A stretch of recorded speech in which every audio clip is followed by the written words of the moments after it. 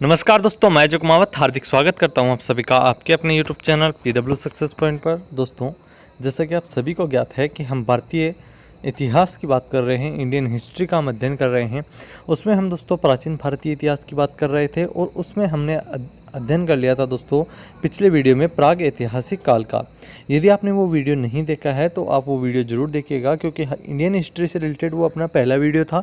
और उसके बाद हम क्रम वाइज दोस्तों कंप्लीट इंडियन हिस्ट्री का अध्ययन करेंगे।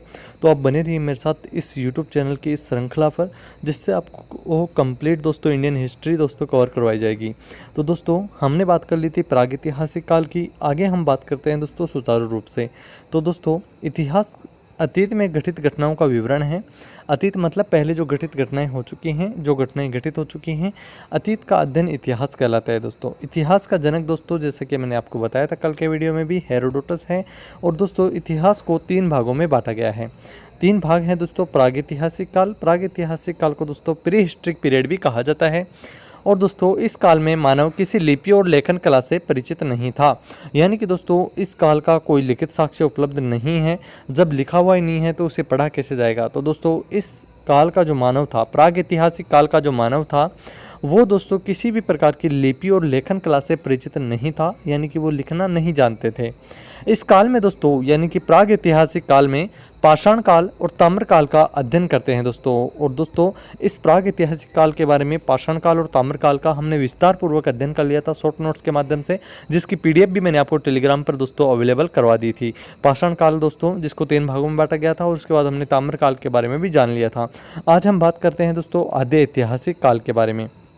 दोस्तों आद्य ऐतिहासिक काल को दोस्तों प्रोटो हिस्ट्री पीरियड भी कहा जाता है। इस काल में मानव लिपि से परिचित तो थे पर पढ़ी नहीं जा सकी, यानी कि इस काल में मानव दोस्तों लिखना तो प्रारंभ कर चुका था, परंतु जो उन्होंने लिखा वो आज के वैज्ञानिकों से या आज के विद्वानों से दोस्तों मतलब जो ना ही समझ आ सके, ऐसी दोस्तों वो लिपि थी। ना समझ लिपि दोस्तों उन्होंने लिखी आज के विद्वानों के लिए। तो आज के विद्वान जो दोस्तों उस समय की आद्य ऐतिहासिक काल की जो लिपि थी उसको पढ़ने में दोस्तों असक्षम रहे। इस काल में हड़प्पा सभ्यता और सिंधु सभ्यता का अध्ययन करते हैं। आज दोस्तों इसी काल के बारे में हम विस्तार पूर्वक चर्चा करेंगे। और दोस्तों जो तीसरा पार्ट है वो है ऐतिहासिक काल का हिस्ट्रिक पीरियड, जिसकी बात हम कल वाले वीडियो में करेंगे, यानी कि अगले दिन जिस वीडियो की हम बात करेंगे वो होगा ऐतिहासिक काल। इस काल में मानव किसी न किसी लिपि से परिचित था और वह पढ़ी भी जा सकती थी, यानी कि ऐतिहासिक काल से जो साक्ष्य प्राप्त होते हैं दोस्तों उनको पढ़ा जा चुका है। इस काल में हम दोस्तों प्राचीन भारत, मध्यकालीन भारत और आधुनिक भारत का अध्ययन करते हैं। आज हम बात करेंगे दोस्तों आद्य ऐतिहासिक काल की। आद्य ऐतिहासिक काल के बारे में हम संपूर्ण चर्चा करेंगे, तो बने रहिए आप मेरे साथ वीडियो के लास्ट तक। चैनल पर नए हो तो चैनल को जरूर सब्सक्राइब कर लेना दोस्तों। साथ ही साथ बेल आइकन को भी प्रेस कर दीजिएगा, जिससे आपको आने वाले लेटेस्ट वीडियोज़ की नोटिफिकेशन समय पर मिल सके। सिंधु घाटी सभ्यता की हम बात करें तो इसको दोस्तों इंग्लिश में कहा जाता है इंडस वैली सिविलाइजेशन, यानी कि सिंधु घाटी सभ्यता। यह सभ्यता सिंधु नदी के तट पर मिली थी, इसलिए दोस्तों इसको सिंधु घाटी सभ्यता कहते हैं। दोस्तों सिंधु घाटी सभ्यता सिंधु नदी के तट पर मिली है, यानी कि दोस्तों पहले जो भी सभ्यता होती थी वो लगभग दोस्तों नदियों के किनारे ही प्राप्त हुई है, क्योंकि दोस्तों जहाँ पर जल अवेलेबल हो जाता है दोस्तों वहाँ पर दोस्तों संपूर्ण जीने की दोस्तों सारी सुविधाएं उपलब्ध हो जाती हैं आसानी से। जल के अंदर से दोस्तों मछलियाँ पकड़ के खा सकते हैं, और दोस्तों जल के पास में रह करके हम हमारी सभी सुविधाओं का लाभ आसानी से प्राप्त कर सकते हैं। इसलिए जितनी भी सभ्यताएं हुआ करती थी वो सब दोस्तों लगभग नदियों के किनारे ही मिली हैं। तो दोस्तों सिंधु घाटी जो सभ्यता थी वो सिंधु नदी के तट पर मिली है, इसलिए इसको सिंधु घाटी सभ्यता कहा जाता है। और इसकी सबसे पहले जानकारी दोस्तों हड़प्पा की खुदाई से हुई थी, इसलिए इसे हड़प्पा सभ्यता भी कहा जाता है। इसकी दोस्तों सबसे पहले जानकारी हुई थी वो हड़प्पा की खुदाई के कारण हुई थी, इसलिए इसको दोस्तों को कौन सी दोस्तों सभ्यता कहा जाता है, हड़प्पा सभ्यता भी कहा जाता है। सिंधु घाटी सभ्यता का विकास 2500 ईसा पूर्व से लेकर के 1750 ईसा पूर्व तक माना जाता है। सिंधु घाटी सभ्यता का कालक्रम दोस्तों अलग अलग बुक्स में अलग अलग मिलता है, परंतु हम सर्वमान्य मत माने तो वो है दोस्तों 2500 ईसा पूर्व से 1750 ईसा पूर्व तक का। सिंधु घाटी सभ्यता विश्व की सबसे पहली शहरी सभ्यता थी दोस्तों। चार्ल्स मेसन ने सर्वप्रथम 1826 ईस्वी में इसकी जानकारी दी थी। सिंधु घाटी सभ्यता विश्व की सबसे पहली दोस्तों शहरी सभ्यता थी, ये बात आपको ध्यान में रखनी है। क्वेश्चन पूछा जाएगा सिंधु घाटी सभ्यता एक प्रकार की सभ्यता थी, तो ग्रामीण सभ्यता, शहरी सभ्यता, इनमें से कोई नहीं। यदि ऑप्शन आपको दिए जाए तो आपको शहरी सभ्यता पर दोस्तों टिक करना है। चार्ल्स मेसन ने दोस्तों सर्वप्रथम 1826 में इसकी जानकारी दी थी। इसके बाद हम बात करते हैं दोस्तों कि 1921 में तत्कालीन भारतीय पुरातत्व सर्वेक्षण विभाग के महानिदेशक थे सर जॉन मार्शल। इन सर जॉन मार्शल के समय दोस्तों राय बहादुर दयाराम साहनी ने हड़प्पा की खोज की थी। दोस्तों बात करते हैं दोस्तों सिंधु घाटी सभ्यता के विस्तार की। तो दोस्तों जो सिंधु घाटी सभ्यता का विस्तार है तो उसका जो उत्तरी सीमा है दोस्तों, बात करें अगर भारत के क्षेत्र की, तो दोस्तों जो भारत का क्षेत्र है उस भारत के क्षेत्र में जो उत्तरी सीमा है उस उत्तरी सीमा के अंदर एक स्थान पड़ता है मांडा, जो कि जम्मू के अंदर है। वो दोस्तों सिंधु घाटी सभ्यता का उत्तरी सीमा का यानी उत्तरतम विस्तार है।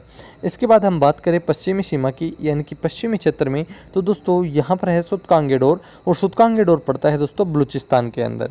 इसके बाद में है दोस्तों पूर्वी सीमा पड़ती है दोस्तों आलमगीरपुर उत्तर प्रदेश के अंदर। और इसके बाद में है दोस्तों दक्षिणी सीमा पड़ती है दोस्तों देमाबाद, जो कि कहाँ पर है, महाराष्ट्र के अंदर है।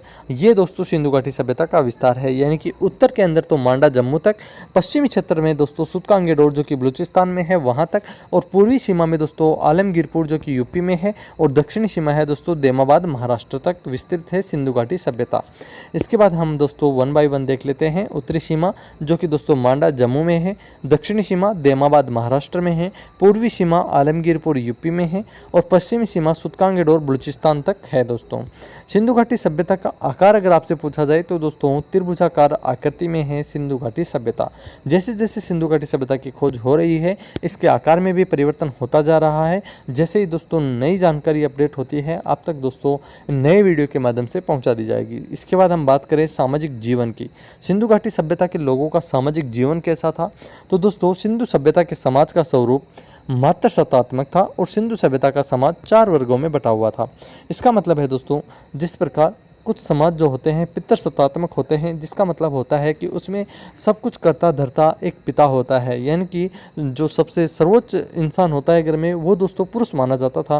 परंतु सामाजिक जीवन की अगर हम बात करें सिंधु घाटी सभ्यता में तो दोस्तों मात्र सत्तात्मक दोस्तों सभ्यता थी सिंधु घाटी सभ्यता, यानी कि दोस्तों महिला को दोस्तों सर्वोपरि माना गया इसके अंदर। इसके बाद में हम बात करें कि इसके अंदर 4 वर्गों को बांटा गया था दोस्तों, वो है विद्वान वर्ग, योद्धा वर्ग, व्यापारी वर्ग एवं शिल्पी वर्ग, और इसके अलावा दोस्तों चौथा है श्रमिक वर्ग। ये 4 वर्गों में विभक्त है दोस्तों सिंधु सभ्यता का समाज। विद्वान वर्ग, योद्धा वर्ग, व्यापारी एवं शिल्पी वर्ग, इसके अलावा दोस्तों चौथा है श्रमिक वर्ग। बात करते हैं दोस्तों भोजन की, तो दोस्तों सिंधु सभ्यता के लोग शाकाहारी तथा मांसाहारी दोनों प्रकार के भोजन करते थे। दोस्तों सिंधु सभ्यता के लोग शाकाहारी भी भोजन करते थे तथा मांसाहारी भी भोजन करते थे। दोस्तों इसके बाद हम बात करें समाधान प्रणाली की, तो दोस्तों सिंधु सभ्यता के लोग अपने मृतकों का 3 प्रकार से अंतिम संस्कार करते थे। समाधान प्रणाली का मतलब है दोस्तों शवों का किस प्रकार निपटारा किया जाता था। तो दोस्तों इसमें सिंधु घाटी सभ्यता के लोग अपने मृतकों का 3 प्रकार से अंतिम संस्कार करते थे। वो 3 प्रकार कौन कौन से हैं आइए जान लेते हैं। पहला है दोस्तों पूर्ण समाधान। पूर्ण समाधान का मतलब है मृतकों को कब्र में दफनाने की परंपरा। पूर्ण समाधान का मतलब पूर्ण रूप से दोस्तों मृतक को क्या कर दिया जाता था, दफना दिया जाता था। मृतकों को कब्र में दफनाने की जो परंपरा थी उसको पूर्ण समाधान कहा जाता था। इसके बाद में है आंशिक समाधान। मृतक के शरीर को जंगल में रख देना, जब पशु पक्षी उसके मांस को खा लेते तो हड्डियों को दफना देना, ये दोस्तों आंशिक समाधान होता था। दोस्तों मृतक के शरीर को जंगल में क्या छोड़ दिया जाता था, खुला छोड़ दिया जाता था, जिससे दोस्तों पशु पक्षी जो होते थे मांसाहारी वो उसके मांस को दोस्तों खा लेते थे। इसके बाद जो हड्डियाँ बच जाती थी उनको दोस्तों दफना दिया जाता था। इसी को दोस्तों आंशिक समाधान कहा जाता था। इसके बाद में है दोस्तों तीसरा दाह संस्कार। मृतक को जो जलाने की परंपरा थी दोस्तों वो भी सिंधु घाटी सभ्यता में प्रचलित थी, और दोस्तों इसको दाह संस्कार कहा जाता था। मृतक को जलाने की परंपरा ये दोस्तों अंतिम दोस्तों संस्कार या समाधान प्रणाली का तरीका था। पहला है पूर्ण समाधान, दूसरा है आंशिक समाधान, और तीसरा है दाह संस्कार। इसके बाद आगे हम बात करें दोस्तों नगर नियोजन की। सिंधु घाटी सभ्यता का नगर नियोजन कैसा था, तो दोस्तों सिंधु सभ्यता के नगर विश्व के प्राचीनतम सुनियोजित नगर हैं दोस्तों, यानी कि एक नियोजित तरीके से बसे हुए शहर की हम बात कर रहे हैं। सिंधु घाटी सभ्यता विश्व का प्राचीनतम सुनियोजित नगर था। हड़प्पा और मोहनजोदड़ो में मकानों के निर्माण में सामान्यतया पक्की ईंटों का प्रयोग मिलता है। दोस्तों हड़प्पा और मोहनजोदड़ो में मकानों के निर्माण में दोस्तों पक्की ईंटों का प्रयोग किया गया था। सिंधु सभ्यता में जो मकान के दरवाजे होते थे वह मुख्य सड़कों पर न खुल करके दोस्तों पीछे की ओर गलियों में खुलते थे। दोस्तों जिस प्रकार मान लीजिए ये मकान बने हुए हैं और दोस्तों इन मकानों के जो दरवाजे होते थे वो मुख्य सड़क की तरफ नहीं खुलते थे दोस्तों। मुख्य सड़क की तरफ ना खुल करके दोस्तों ये दरवाजे किस तरफ खुला करते थे, ये दरवाजे खुलते थे दोस्तों गलियों की तरफ, पीछे गलियों की तरफ। इसके बाद हम बात करते हैं दोस्तों आगे, सिंधु सभ्यता में सर्वाधिक चौड़ी सड़क मोहनजोदड़ो से प्राप्त हुई है, जिसकी चौड़ाई लगभग दोस्तों 10 मीटर थी। 10 मीटर चौड़ाई थी दोस्तों। सिंधु घाटी सभ्यता में सबसे चौड़ी सड़कें मोहनजोदड़ो से प्राप्त हुई हैं, जिनकी चौड़ाई कितनी है, 10 मीटर। सामान्यतः मकानों में 4-5 कमरे बनाए जाते थे। मकान में आंगन, रसोईघर, स्नानागार, कुएं तथा कुछ बड़े घरों में दोस्तों शौचालय भी मिले हैं दोस्तों सामान्यतः जो मकान हुआ करते थे सिंधु घाटी सभ्यता में, उनमें 4 या 5 कमरे बनाए जाते थे। मकान में दोस्तों आंगन होता था, रसोई घर होती थी, स्नानागार होता था दोस्तों नहाने का। इसके अलावा दोस्तों कुआं भी कुछ घरों में मिला है, तो कुछ घरों में शौचालय भी मिले हैं दोस्तों। ढकी हुई नालियाँ भी दोस्तों कहाँ से मिली हैं, सिंधु घाटी सभ्यता से मिली है दोस्तों। इसके बाद हम बात करें सिंधु घाटी सभ्यता के प्रमुख स्थलों की, तो दोस्तों पहला स्थल हम बात करेंगे जिसकी वो है हड़प्पा। हड़प्पा दोस्तों 1921 के अंदर इसकी खुदाई हुई थी। इसकी खुदाई दोस्तों दयाराम साहनी ने 1921 में की। यह दोस्तों रावी नदी के तट पर वर्तमान में पाकिस्तान में स्थित है और यहाँ से निम्नलिखित वस्तुएं मिली हैं दोस्तों हड़प्पा से कौन कौन सी वस्तुएं मिली हैं, वो मिली हैं दोस्तों श्रमिक आवास, अन्नागार। अन्नागार का मतलब है दोस्तों अन्न भंडारण का जो स्थान होता था वो अन्नागार कहलाता था। इसके अलावा दोस्तों यहाँ से मिला है लकड़ी का ताबूत। इसके अलावा RH-37 कब्रिस्तान। दोस्तों RH-37 जो कब्रिस्तान है वो कहाँ से मिले हैं, हड़प्पा सभ्यता से मिले हैं दोस्तों। इसके बाद में है दोस्तों मोहनजोदड़ो स्थान भी कहाँ से मिला है दोस्तों, सिंधु घाटी सभ्यता से मिला है। इसकी खुदाई 1922 में हुई थी। मोहनजोदड़ो सभ्यता का उत्खनन 1922 ईस्वी में राखलदास बनर्जी ने किया। वर्तमान में यह सिंधु नदी के तट पर स्थित पाकिस्तान के सिंध प्रांत में लरकाना जिले में है। मोहनजोदड़ो का अर्थ होता है दोस्तों मृतकों का टीला। इसका आशय है दोस्तों जब मोहनजोदड़ो की खुदाई हुई तो यहाँ से दोस्तों उस टीले से मरे हुए सब निकले, जिसके कारण दोस्तों इसको नाम दे दिया गया मोहनजोदड़ो दोस्तों, जिसका अर्थ होता है मृतकों का टीला।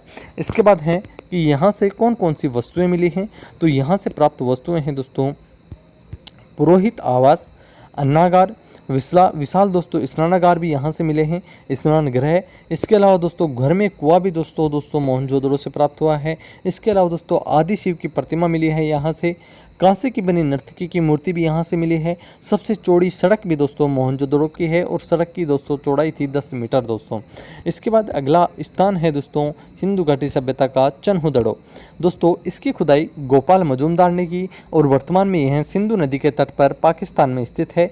यह एकमात्र ऐसा शहर है जो दुर्ग रहित है दोस्तों। ये क्वेश्चन एग्जाम में पूछा गया है, एकमात्र सिंधु घाटी सभ्यता का शहर जो दोस्तों दुर्ग रहित है तो वो है चन्हुदड़ो। यह दोस्तों एक प्रकार का औद्योगिक शहर है। यहाँ से दोस्तों निम्नलिखित वस्तुएं मिली हैं, तो वो कौन कौन सी वस्तुएं हैं जो दोस्तों चन्हुदड़ो से मिली हैं, तो वो मिली हैं दोस्तों लिपस्टिक, शीशा, मनके और गुड़िया, कुत्ते और बिल्ली के पैरों के निशान। यानी कि दोस्तों बिल्ली के पीछे दोस्तों कुत्ते के भागते हुए पद चिन्हों के निशान यहाँ पर मिले हैं। गीली मिट्टी थी दोस्तों जिस पर दोस्तों बिल्ली या तो वहाँ से गुजरी होगी और उसके पीछे से दोस्तों कुत्ता भागा होगा और वो गीली मिट्टी पर दोस्तों वो उनके पैरों के पद चिन्हों के निशान छप गए। वो निशान भी दोस्तों कहाँ से मिले हैं, यहाँ से मोहनजोदड़ो से प्राप्त हुए हैं दोस्तों। इसके बाद हम बात करें अगले स्थान की, तो वह है दोस्तों रोपड़। और इस रोपड़ की खुदाई यज्ञदत्त शर्मा ने की और यह वर्तमान में पंजाब में सतलज नदी के किनारे पर स्थित है दोस्तों। यहाँ से रोपड़ से निम्नलिखित वस्तुएं मिली हैं। रोपड़ में दोस्तों मानव के साथ कुत्ते को दफनाए जाने का प्रमाण मिला है। यहाँ पर दोस्तों इम्पोर्टेंट है दोस्तों ये लाइन यहाँ से कि मानव के साथ कुत्ते को दफनाए जाने का प्रमाण कहाँ से मिला, तो ये मिला है दोस्तों रोपड़ से। और रोपड़ दोस्तों पंजाब में सतलज नदी के किनारे स्थित है। नवपाषाण काल में भी दोस्तों ऐसे ही शव ब्रुज होम मिला था दोस्तों। नवपाषाण काल में भी दोस्तों ऐसे ही शव ब्रुज होम मिला था। इसके बाद अगला स्थान है दोस्तों कालीबंगा। कालीबंगा की खुदाई बीके थापड़ तथा बीबी लाल ने की। वर्तमान में यह राजस्थान में घग्गर नदी के किनारे स्थित है। कालीबंगा का अर्थ होता है दोस्तों काली मिट्टी की चूड़ी। काली मिट्टी की चूड़ियाँ होता है दोस्तों, या काली चूड़ियाँ हम कहें, वो होता है कालीबंगा का अर्थ। यहाँ से दोस्तों काले रंग की चूड़ियाँ भी प्राप्त हुई हैं। यहाँ से अगर हम बात करें कि कौन कौन सी वस्तुएं मिली हैं, तो दोस्तों यहाँ से हल से जुते हुए खेत के निशान मिले हैं दोस्तों, यानी कि खेत के अंदर दोस्तों हल चलाया गया था, ऐसा निशान दोस्तों कहाँ से मिला है, कालीबंगा से मिला है। अलंकृत ईंटें दोस्तों यहाँ से प्राप्त हुई हैं, यानी कि दोस्तों जो ईंटें थी वो दोस्तों अलंकृत, यानी कि उन पर किसी न किसी प्रकार की डिजाइन बनाई हुई थी, वो दोस्तों अलंकृत ईंटें कालीबंगा से प्राप्त हुई हैं। इसके अलावा दोस्तों हवन कुंड के साक्ष्य भी कालीबंगा से प्राप्त हुए हैं और चूड़ियाँ भी दोस्तों यहाँ से प्राप्त हुई हैं। इसके बाद में हम बात करते हैं अगले स्थान की, तो वो है दोस्तों धोलावीरा, सिंधु सभ्यता के प्रमुख स्थल। इसकी खुदाई दोस्तों रविंद्र सिंह बिष्ट ने की थी। यहाँ से दोस्तों वस्तु मिली है तो वो मिली है दोस्तों स्टेडियम। यहाँ पर दोस्तों एक स्टेडियम प्राप्त हुआ है दोस्तों, ये आपको ध्यान में रखना है, सिंधु घाटी सभ्यता में स्टेडियम प्राप्त हुआ है धोलावीरा से। इसके बाद अगला स्थान है दोस्तों सुरकोटड़ा। इसका उत्खनन जगपति जोशी ने करवाया। वर्तमान में ये गुजरात में स्थित है। यहाँ से दोस्तों वस्तु मिली है, वो मिली है घोड़े की हड्डियाँ। दोस्तों घोड़े की हड्डियाँ प्राप्त हुई हैं सुरकोटड़ा से।